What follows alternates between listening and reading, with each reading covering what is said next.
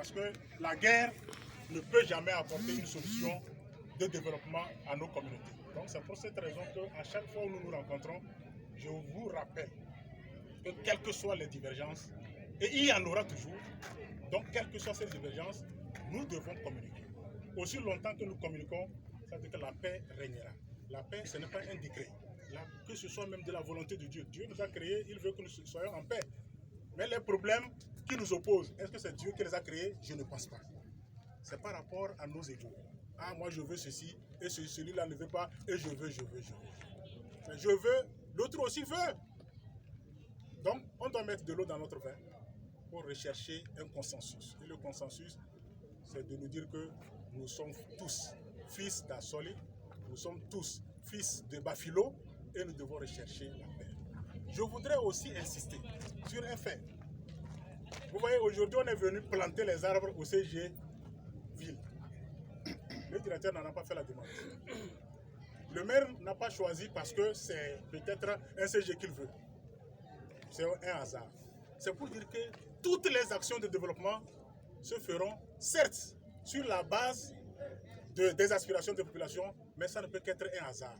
Si aujourd'hui on aménage un coin, les autres doivent être patients pour dire que demain ça peut venir chez eux. Mais à chaque fois où on fait quelque part, tout le monde dit pourquoi c'est ici, on n'a pas fait chez nous. Mais moi qui dois faire, si je dois faire pour qu'il y ait problème, je fais quoi? Je ne fais pas. Si je dois faire pour qu'il y ait problème, c'est que je ne ferai pas. Alors que je ne peux pas, je n'ai pas les moyens de faire la même chose partout. On fait à Lomé, on ne fait pas à Bafilo. Mais le jour où on fera quelque chose à Bafilo, c'est qu'on ne le fera pas à Lomé. Et vice versa. C'est comme ça que nous devons donc amorcer le développement. Donc je voudrais vraiment que nous mettions ça dans nos esprits pour dire que cessons ces petits calculs de contestation de ceci ou de cela. Que ce soit avec nous ou avec d'autres personnes, mais sachons que ce que nous pouvons faire aujourd'hui, nous pouvons le faire. Mais demain, les enfants vont faire ce qu'il est de leur, voilà, donc de leur capacité, j'allais dire. Donc voilà ce que je voudrais dire, parce que très souvent, à peine on veut démarrer un projet quelque part, on entend que des gens disent qu'ils ne sont pas contents, qu'eux ils ne sont pas ceci, mais alors, ça je le dis parce que je me retrouve avec vous, parents, je me dis qu'il faut être sincère, parce que ce n'est pas à toutes les occasions qu'on peut échanger. Donc c'est pour ça que je suis là-dessus, surtout les projets de développement.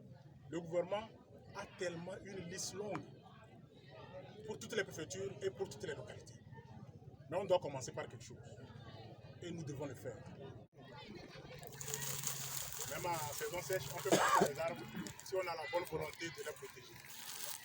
Et ce matin, nous venons de mettre en terre environ 300 plants. Alors que la volonté politique voudrait qu'aujourd'hui, que tous les Togolais mettent en terre 1 million de plants. Donc, diviser 1 million par 39 préfectures, ça veut dire qu'en principe, aujourd'hui, on devait mettre en terre environ 26 000 plants.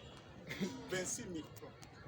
Nous venons de mettre en terre 300, peut-être dans la commune d'Assoli 1. La même cérémonie se fait également aussi dans les autres communes.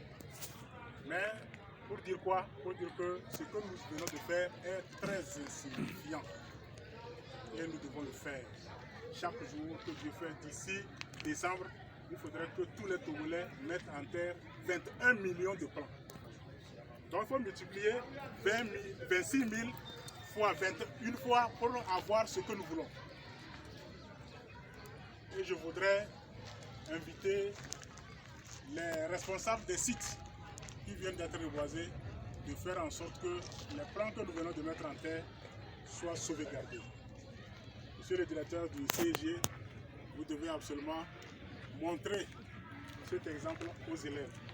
Et je crois que prochainement, on va voir le calendrier des examens. S'il n'y a pas d'examen, ça veut dire que le 1er juin, tous les élèves doivent sortir dans leur établissement pour mettre le plan, pour que nous puissions atteindre l'objectif recherché.